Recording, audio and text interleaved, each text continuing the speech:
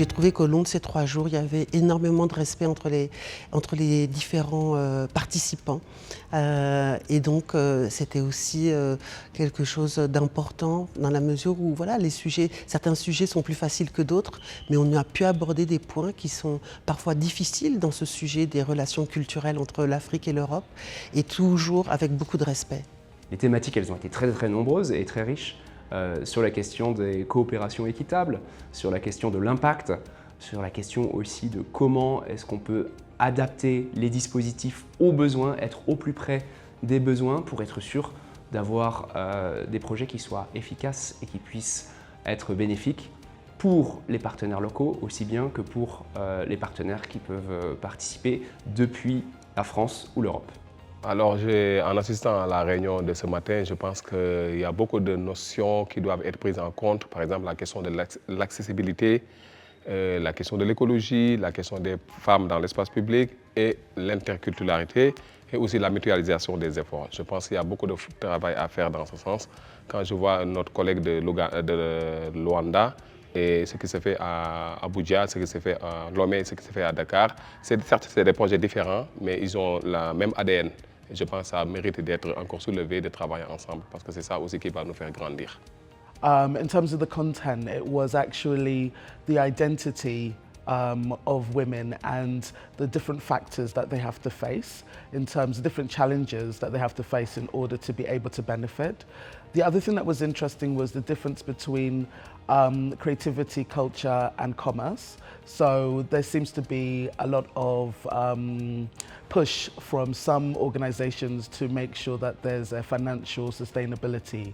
But then there's also many people who are like, but what about the artistic? So it was really interesting to support that conversation to make sure people didn't think it was one or the other.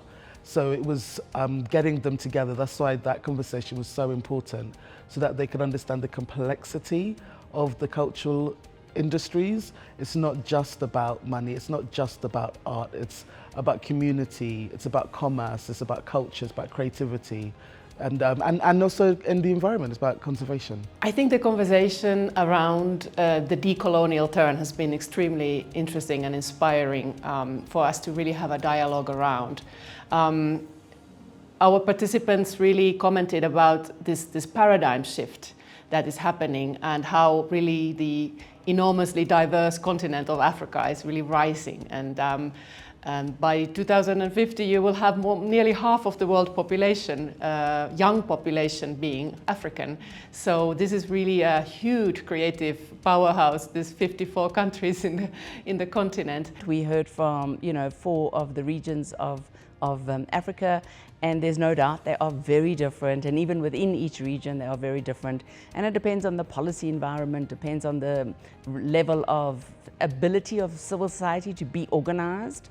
It's often not their choice not to be organized, but it depends on what's going on in those countries. And so the question of how they relate to policy, how they relate to new innovative examples, and also how they relate to the EU delegations, how they relate to the embassies.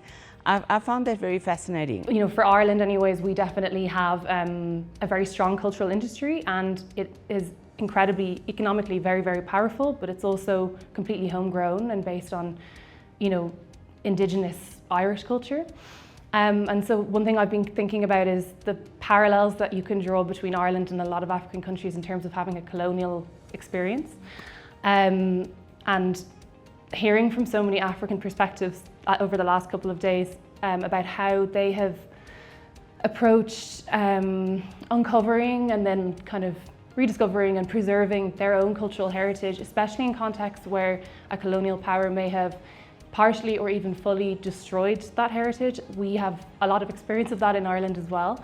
And so I'm thinking both at the same time of ways we can learn from those experiences and do it even better in Ireland, but also what we can maybe share.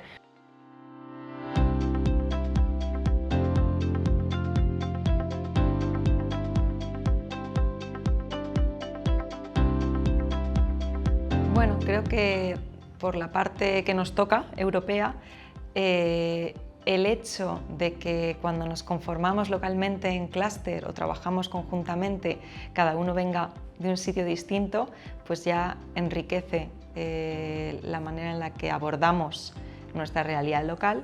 Y por otra parte, ese conocimiento de unos a otros, es decir, de nuestros socios locales, también permite, ¿no?, poner en valor esas particularidades que existen. Entonces, pues por ejemplo, con la convocatoria, la última convocatoria de espacios europeos de cultura para África, pues el hecho de que haya distintos países con distintas propuestas que han sido seleccionados, pues una muy buena forma de hacer valer esa diversidad. What we are looking for is the points of how to structure better our more sustainable presence so that it's more long-term, and what I hear and what I feel, it's a common desire actually of everyone, which makes it actually a little bit easier, because when you see that everyone is directed at the same, looking at the same direction, it gives a lot of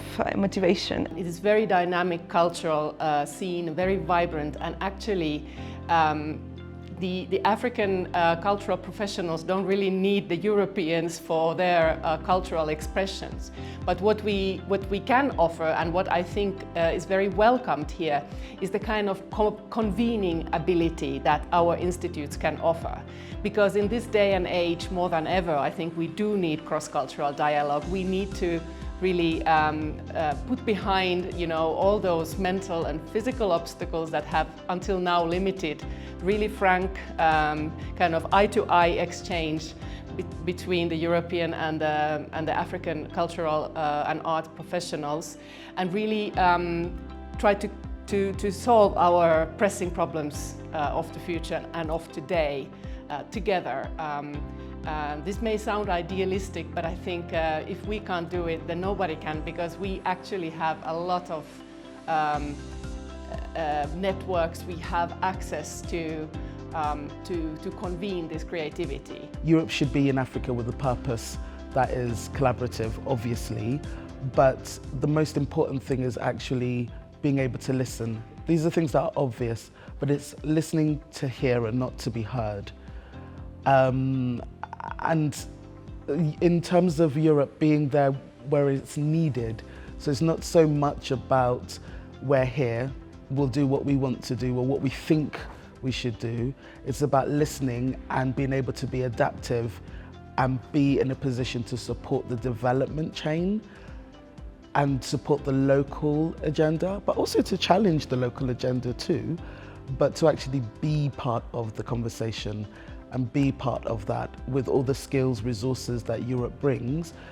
It can actually be part of helping to develop the local environment in the way the local environment needs. As a European partner on the continent, what is the particular reason for their presence here on the continent, and how can they best support the local ecosystem to be more favourable for the actors on the ground, whether it's working with local governments or domestic national governments, whether it's working with more stakeholders in the context, working with national stakeholders, working with civil society, NGOs, working with artists and practitioners, and bringing research, information and knowledge into the space, but also really deep listening to the environment to understand how each context is so different. The space we occupy is becoming smaller, smaller and smaller. There's a lot that is happening. Cultural practitioners are just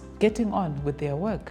And as much as we invest millions into the space, we are not the only player who is also investing millions. So I think it's a wake-up call for me as well, as the regional lead for British Council, to really start challenging our own internal systems and to really listen and to act, and not just to say we're listening and that's it, but then how is that influencing our design thinking? How are we thinking about sustainability? How are we thinking about how practitioners are engaging with each other across the continent and also bilateral?